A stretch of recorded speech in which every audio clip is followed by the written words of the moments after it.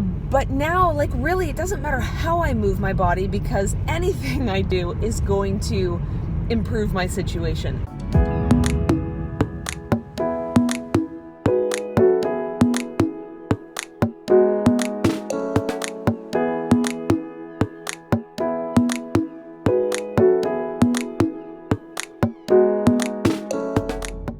Hey everybody, and welcome to a new week. So I said that I would post my first weekly postpartum body transformation vlog on Sunday, and I have already missed that mark, but I have a legit excuse.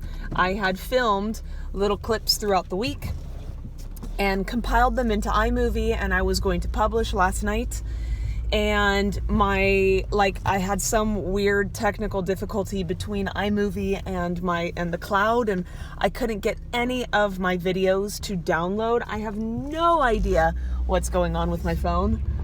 So I got really frustrated and I deleted everything. But I had a lot of things go on this week, so I wanted to document them and how my first week went. Now, January 1st was a Wednesday, so this first week in reflection is not a whole week, it's just 4 or 5 days. But we got the good, bad, and the ugly. The ugly is that there was no ugly. I had expected to go through some pretty serious sugar withdrawals, like flu feelings, lethargy, muscle aches, that kind of thing. So that's really nice. I have found that my most difficult window, really the only difficult window of time that I'm having in my day is 8 p.m.-ish, when the kids are asleep and I'm finally sitting down with a cup of tea and I just want a snack. I want to eat bread and butter and cookies and crap, and it's not because I'm hungry, it's just because I want to feed the soul, maybe. I don't know, it's hard to describe, but I'm sure everyone here knows what I'm talking about. So that's a little difficult, but I find that just making a cup of green tea really helps. The bad, I guess you could say, is that a couple nights last week, I was getting up a million trillion times with my baby and my toddler and the dogs and the cats and everything like that. So that was a little rough, the following days getting moving and being active. But I still managed to get my workouts in. And in terms of workouts, I had expected to go in and do weights circuits at the beginning of each of my gym workout sessions, and then follow it up with high intensity interval training on the elliptical. That was my plan, because the elliptical in my mind is the most low impact cardio you can possibly do. And my body is sore, my joints are sore. I'm carrying a lot of extra weight. I'm very under-conditioned, so I thought that would be a good plan, but it turns out it wasn't, because my knees really hurt. I have one bad knee, but now both of my knees are pretty bad.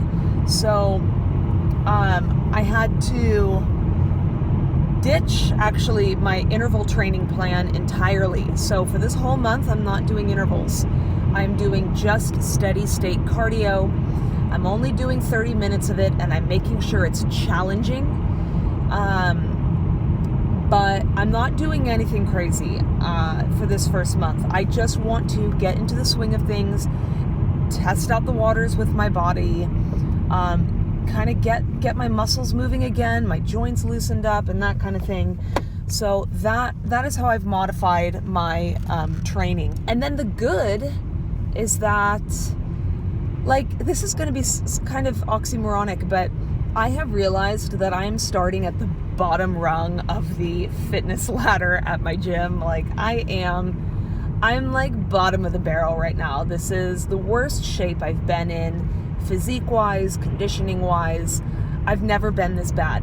But the best part about that, I have to say, is I'm able to go in with humility and without any bars set for myself. I put so much pressure on myself. I'm a competitive person by nature. I do find that I randomly compete with other people in my head, but for the most part, I compete with the vision of what I feel I should be. just like in my own head.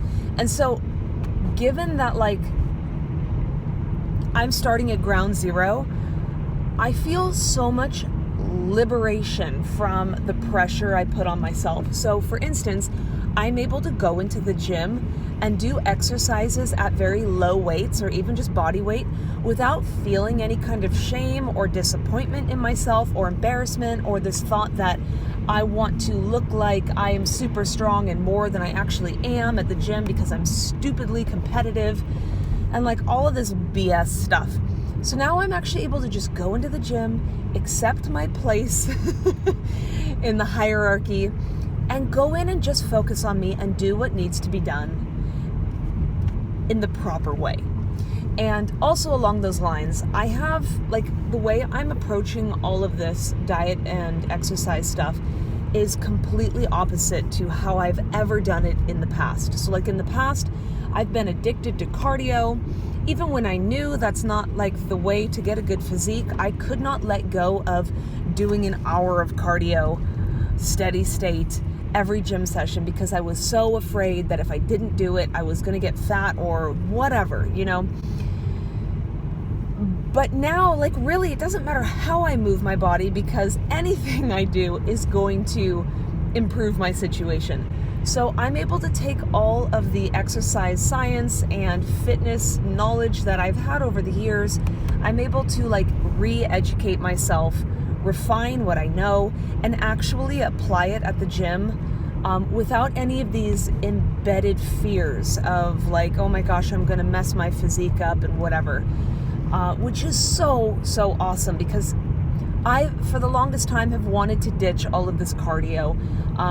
I've wanted to do weights first at the gym. For years and years, I've been doing cardio first, and I knew that's not the way to do it. I'm really excited to put all of this education to use and see how it works out for me. I had planned on doing a shot of apple cider vinegar and lemon juice in the mornings, every morning, just because I know that that's a good way to like cleanse the body. And I had heard things about how it helps you with weight loss and things like that. But I got into some videos randomly on YouTube. The first set of videos were from this guy. His channel is Dr. Eric Berg. This guy knows his stuff, okay? I fact-checked a lot of what he said and like read into it more. And so what I'm doing now is I take 2 teaspoons of apple cider vinegar and 2 teaspoons of lemon juice, just as a shot before every meal.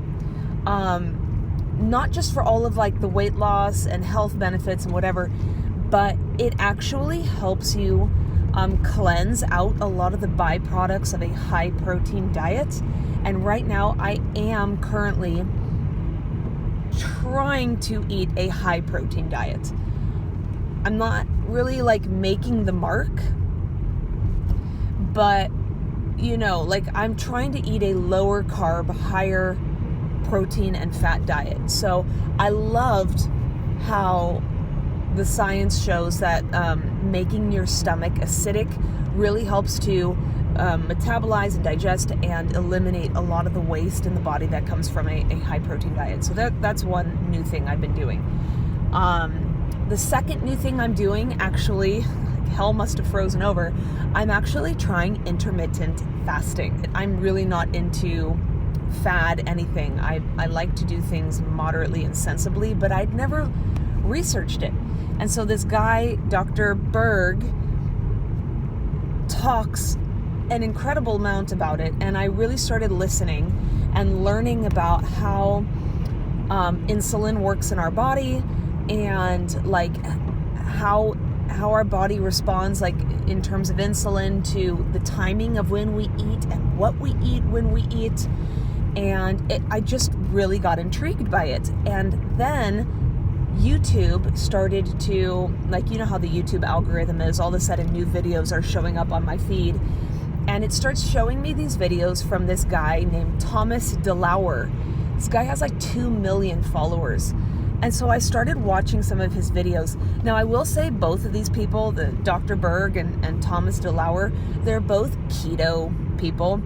I'm not a keto person. I will say I have listened, and I get the science, and I love what I hear, but it's still a little too radical for me. So I am not doing keto. I probably will never do keto. But I should never say never. But anyway, I love what these guys are doing in terms of educating on exercise, science, and intermittent fasting. And I really got into it, the nitty-gritty, and I'm down. I love it, and it doesn't seem like it can do any harm. So I have implemented intermittent fasting. Today is my second full day of doing it. The first day I actually made it 16 hours, but I nearly died at the end of that window. And then today I made it 14 hours, but at the 12-hour mark, I worked out. And I did that because a lot of the research and the fact-checking that I've done suggests that working out in a fasted state forces your body to use fat stores as energy instead of glycogen and glucose in your body. And I really like the sound of that, so I thought I would try it. Unfortunately, my workout was really weak, and I almost died afterward. Like, it took me hours to bounce back. So I think for now that on my gym mornings, where I'm working out at the gym in the morning, I'm going to break my fast before I work out. So it will be a 12-hour fast, because it's not optimal for me right now. Maybe if I stuck with it, I'd feel better. I hear a lot of people say the first couple weeks are rough. But I'm okay with doing longer fasting windows on Thursdays and Fridays, Saturdays and Sundays, when I'm not doing such intensive workouts first thing in the morning. So that is my update for this week. I'm just going to keep going with it. And I'll report back next Sunday or whenever I'm able to do my end of week 2 video. I am not doing measurements in this video because, like I said, it was only like 4 or 5 days. So I want to be able to have at least a full week under my belt. So this video, I'm going to show my weigh-in. Next video, I'm going to do progress pictures and measurements.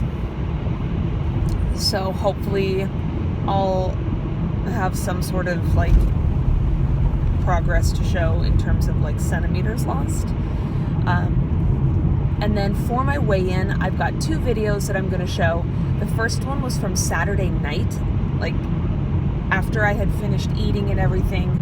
I had been taking my weight measurements in the evening, but there are so many variables that can affect how much you weigh. So the first video is Saturday night. The second video is Sunday morning after my fast. So I hadn't eaten yet. And I'm going to start doing my weekly weigh-ins in the morning because it's so much easier to control, like how much I have or haven't eaten, how much I have or haven't drank, that kind of thing. So just to log both of those in time, because there's a big difference between my Saturday night and my Sunday morning. So that's it. Cutting this video off. Going to add in those 2 weigh-ins, and I look forward to reporting back next week. Okay, bye guys.